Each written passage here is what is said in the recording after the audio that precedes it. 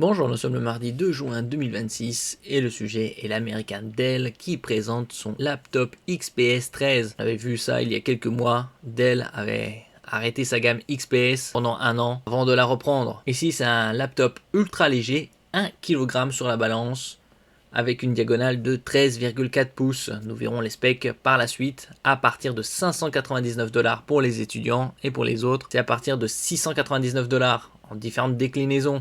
Une batterie allant jusqu'à 17 heures. Bien évidemment, c'est dans des conditions extrêmes, luminosité basse, des vidéos en lecture locale. Donc pour une utilisation mixte, il faut retirer au moins 25% par rapport à l'autonomie annoncée par le constructeur. XPS 13 DX 13260 avec une diagonale de 13,4 pouces au format 16 dixièmes, un poids d'1 kg sur la balance, une épaisseur de 12,7 mm et pourvu de CPU Intel, le Intel Core 5 320 ou le Intel Core Ultra 7 355. N'oubliez pas de vous abonner pour plus de news sur le monde de la high-tech ainsi que les bons plans, également sur mon Twitter et en description sous toutes mes vidéos. Vous pouvez les retrouver dans mes playlists et voir mes articles sur mon blog. Tous les liens seront en description. N'oubliez pas de mettre un j'aime, un commentaire, de partager, de cliquer sur les liens en dessous de mes vidéos pour soutenir la chaîne. En ce qui concerne le Intel Core 5 320, il a une partie NPU pour Neural Processing Unit d'une puissance de 16 TOPS.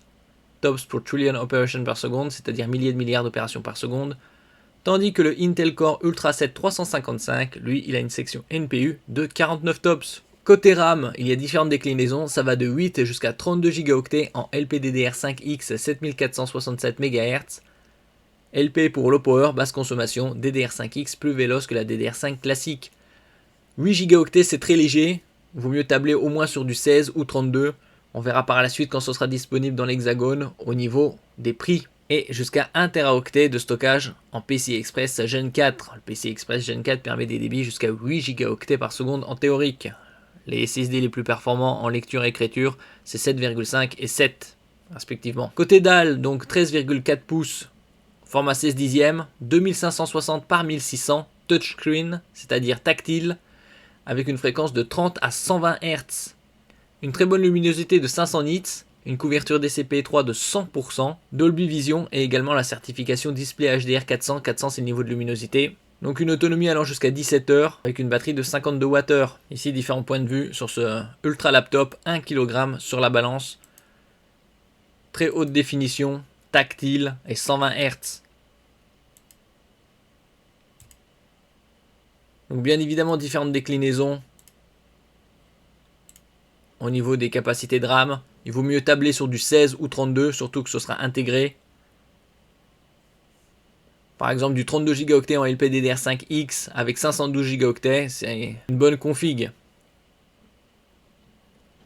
Il y aura également le Wi-Fi 7, toute dernière norme, le Bluetooth 6.0, également la dernière norme, une webcam Full HD 1080p IR pour infrarouge, combinée à Windows Hello pour la reconnaissance faciale, 2 ports USB, ou 2 ports USB type C Thunderbolt 4 selon les configs. Donc, comme on peut le voir ici, 4 haut-parleurs également. En dessous de 1000 €, bien évidemment c'est pour concurrencer avec 599 $ ou 699 $, concurrencer le Apple MacBook Neo qui est disponible en deux versions, 8 Go de RAM, 256 Go de stockage, ou 8 Go de RAM, 512 Go de stockage. Donc 8 Go c'est léger, vaut mieux tabler sur du 16 minimum, voire plutôt du 32, surtout que c'est intégré, et du 512 Go de stockage.